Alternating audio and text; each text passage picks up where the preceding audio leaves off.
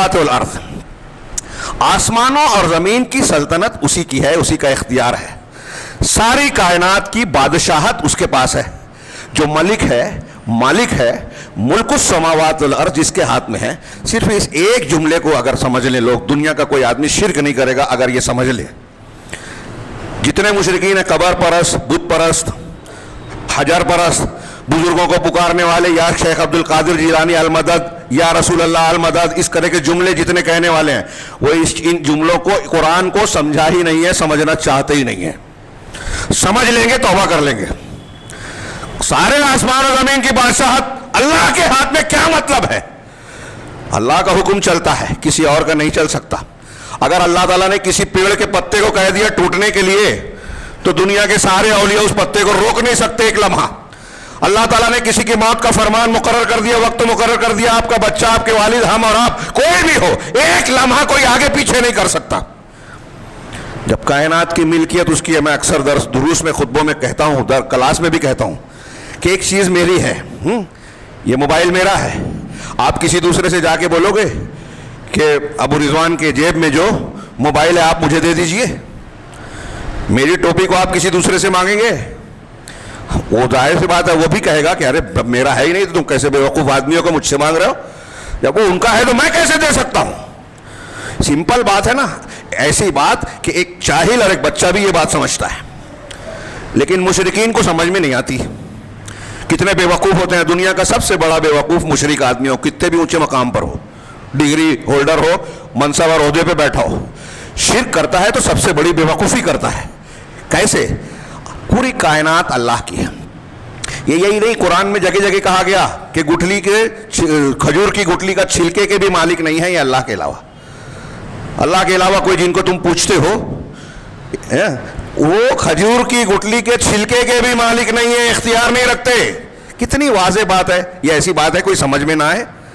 جب کوئی مالک ہے ہی نہیں، کھجور کی گٹھلی اور اس کے چھلکے کا جو لفاف ہے، جو کوئی قیمت نہیں رکھتی، تو آپ کو کوئی کائنات کی چیز دے سکتا ہے، کوئی اولاد دے سکتا ہے، قرضہ نپٹانے کے لیے پیسہ دے سکتا ہے، روزی دے سکتا ہے؟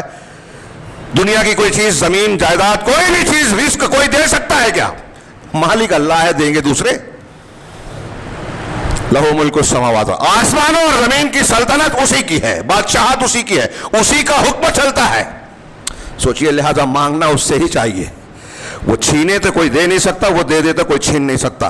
ہاں، اللہ رب العالمین نے آگے فرمایا وَيُحْيِي وَيُمِيتُ۔ ان عقائد کے فائدے بھی بہت سارے ہیں، میرے پاس اس وقت نہیں ہے، میں آخری آیت کے تیسری آیت پر زیادہ بولنا چاہتا ہوں۔ ہاں، اس لیے کسی اور وقت کہ جب ہم اللہ کو کائنات کا خالق مالک بنے، دنیا کے لوگوں کا خوف نہیں ہوگا، ڈر نہیں ہوگا، چاپلوسی نہیں ہوگی، منافقت نہیں ہوگی، لوگوں کو خوش کرنے کے لیے اللہ کو بندہ ناراض نہیں کرے گا کہ سارا معاملہ جب اللہ کے اختیار میں ہے تو بندوں کو کیوں خوش کروں، بندوں سے کیوں ڈروں، بندوں کے آگے ہاتھ کیوں پھیلاؤں۔ یہ توحید کے فوائد ہیں۔ انسان اعلیٰ معیار کا انسان وہی بنے گا جس کے اندر عقیدہ توحید مضبوط ہوگا۔ اللہ نے فرمایا یحیی و یمیت، وہی ہے جو زندگی دیتا ہے اور موت دیتا ہے۔ زندہ کرنا اور موت دینا۔ نمرود نے حضرت ابراہیم علیہ السلام کو بلایا تھا، پوچھا تھا کہ تمہارا رب کون ہے؟ کہا ربی الذی یحیی و یمیت، میرا رب وہ ہے جو زندہ کرتا ہے اور موت دیتا ہے۔ تو جاہل تھا، مشرک تھا، اس لیے بے وقوف تھا۔ دو قیدیوں کو بلایا، ایک کو مروا دیا، ایک کو چھوڑ دیا، کہا دیکھو میں نے ایک کو زندگی دی، ایک کو موت دی۔ حضرت ابراہیم دیکھے کہ یہ بے وقوف ہے، الجھے نہیں، کہا میرا رب وہ ہے جو سورج کو مشرق سے نکالتا ہے، تو مغرب سے نکال کے بتا۔ تو فبہت الذی کفر، قرآن نے کہا کہ وہ مبہوت ہو گیا، ششدر رہ گیا، اس کا جواب نہیں تھا۔ یہ زندگی اور موت دینا اللہ کی ان صفات میں سے ہے جو کائنات کی کوئی اور ہستی کر ہی نہیں سکتی۔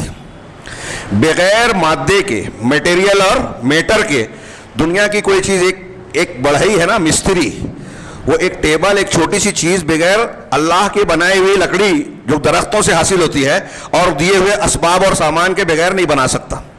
آج کلوننگ کر رہے ہیں لوگ، تو کوئی کہیں بنا لیا انسان نے، ہاں، وہ موقع نہیں ہے کہ ایک صاحب نے کہا کہ میں بھی پیدا کر سکتا ہوں، اور گوشت لے کے چیرا مار کے، لوگوں نے کہا ثبوت دو، تو اس کو ایک ڈبے میں بند کر دیا۔ 3 دن کے بعد لوگوں کو بلایا، ڈبہ کھولا تو اس میں کیڑیاں پڑ گئی، بولے دیکھو میں نے پیدا کیا۔ تو کسی نے کہا کہ تم اس کے خالق ہو؟ کہا ہاں۔ کہا اچھا یہ بتاؤ کہ ان کی تعداد کتنی ہے، اس میں نر کون ہے، مادہ کون ہے؟ وہ کہا نہیں معلوم۔ اچھا یہ کب تک زندہ رہیں گے؟ کہا نہیں معلوم. تو کہا تم کیسے پھر ان کے خالق ہوئے؟ اور تم نے بغیر کسی چیز کے کہاں بنایا؟ رب العالمین تو وہ ہے وَأَحْصَىٰ كُلَّ شَيْءٍ عَدَدًا، جس نے ہر چیز کو گن اور شمار کر رکھا ہے، جو زندگی اور موت کا مالک ہے. کائنات کی کوئی ہستی، کوئی بادشاہ ہو، کوئی پیر ہو، ولی ہو، کسی کو زندہ اور نہیں کر سکتا، موت نہیں دے سکتا. حضرت عیسیٰ علیہ الصلوۃ والسلام قم بإذن اللہ جو کہتے تھے، بإذن اللہ، اللہ کے حکم سے کہتے تھے. یہاں آج کل مشرکین اس سے غلو کرتے ہوئے آگے بڑھتے ہیں، ایسے واقعات بیان کرتے ہیں کہ حضرت عیسیٰ تو بإذن اللہ کہتے تھے. دیکھو فلاں بزرگ کہتے ہیں کہ ایک قبر پہ جا کے کہا، قوال کی قبر پہ، کہ قم بإذنی، میرے حکم سے اٹھ جاؤ، وہ قوالی گاتا ہوا باہر آ گیا.